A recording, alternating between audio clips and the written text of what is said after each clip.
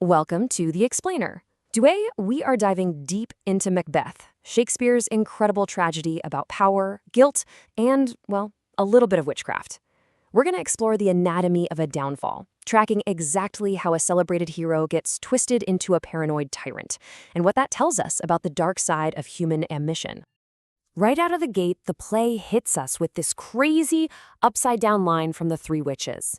It's basically a giant warning sign for the whole story. Nothing is what it seems. Good might be bad, bad might be good. It just perfectly sets the stage for a world filled with deception and moral chaos. And that really brings us to the core question of the whole thing, right? How does a good guy, a man known for being brave and loyal, become a flat-out monster? Macbeth is really a deep dive into that transformation, showing how one single toxic idea can completely unravel a person and take an entire kingdom down with them. All right, so let's start where it all begins. It all kicks off with a dangerous prophecy. This is the supernatural spark that lights the fuse on Macbeth's ambition. Now, it's so important to remember who Macbeth is at the beginning of this story. He's not a villain. He is the absolute picture of loyalty, a war hero who is being praised by his king. But that heroic image, well, it's about to get completely shattered. And there it is. This is the moment, the line that changes absolutely everything. See, the witch's prophecy doesn't just predict the future. It plants an idea in his head, a dark one. It awakens this ambition inside Macbeth that makes the crown, something he never would have thought of, suddenly seem possible.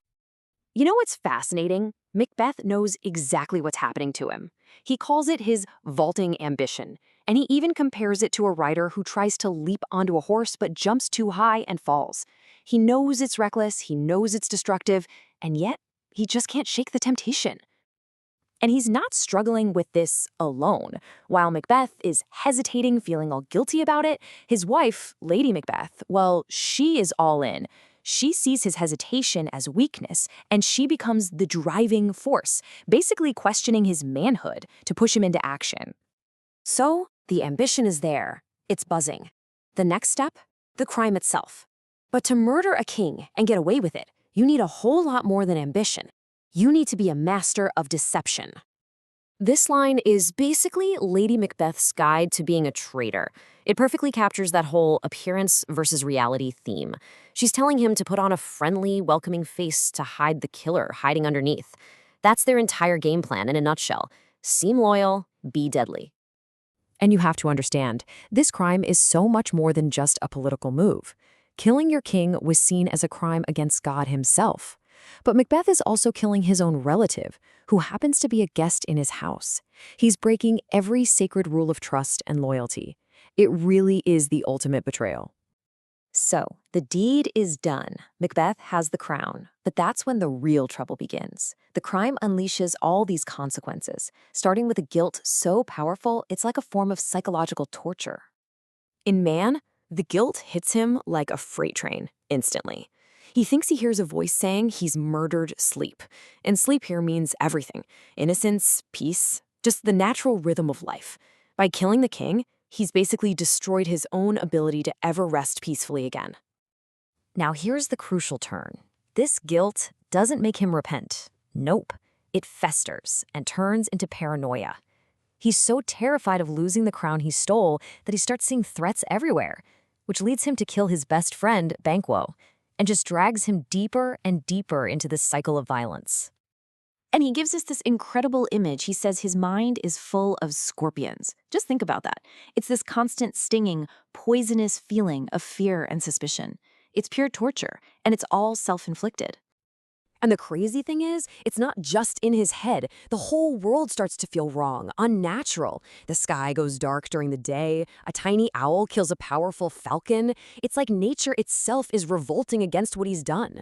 The entire world is sick because of his crime. So all this chaos, both inside and out, creates Macbeth's new identity. He's not a hero anymore. He's a tyrant. His paranoia just keeps growing, and so does his brutality. And this is where the play really starts to dig into big questions about what it means to be a king and what it means to be a man. I mean, the contrast between the two kings couldn't be more clear. Duncan was all about trust, justice, and kindness. He nurtured his kingdom. Macbeth rules with paranoia, violence, and pure fear. One rule brought order. The other brings nothing but chaos and suffering. So what's fueling this tyranny? A really twisted idea of masculinity. Lady Macbeth convinced him that being a real man means being ruthless, taking what you want and never hesitating. And this toxic idea becomes his justification for all the bloodshed. But the play gives us a powerful alternative through the character Macduff. When he finds out his entire family has been murdered, he's told to take it like a man, get revenge. But Macduff's response is incredible. He says, yes, but I also have to feel it like a man. He's arguing that true manhood includes emotion and grief, not just violence. Okay, so as everything starts closing in on Macbeth, we get to the great philosophical puzzle of the play, and it's one that people still argue about today. This is the big one, fate versus free will. Was this all destined to happen? Was Macbeth just a puppet? Or did the witch's words just give him the push he needed to act on desires that were already there? And you can really argue it both ways. For fate, well, everything the witches said came true.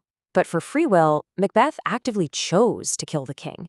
And then there's his friend Banquo. He got a prophecy too, but he chose an honorable path. So destiny doesn't seem to be set in stone, does it? By the end, when he's lost everything, Macbeth has this moment of reflection. He looks at his life and sees nothing. He says life is just a shadow, a bad actor who has a brief, noisy moment on stage and then is gone. All the ambition, all the murder, it led him to this dark, empty conclusion that it all meant nothing. And so the play doesn't give us a simple answer. Instead, it leaves us with this haunting question. It turns it back on us, making us wonder, if you were given a glimpse of your destiny, of a future you desperately wanted, what would you be willing to do to get it?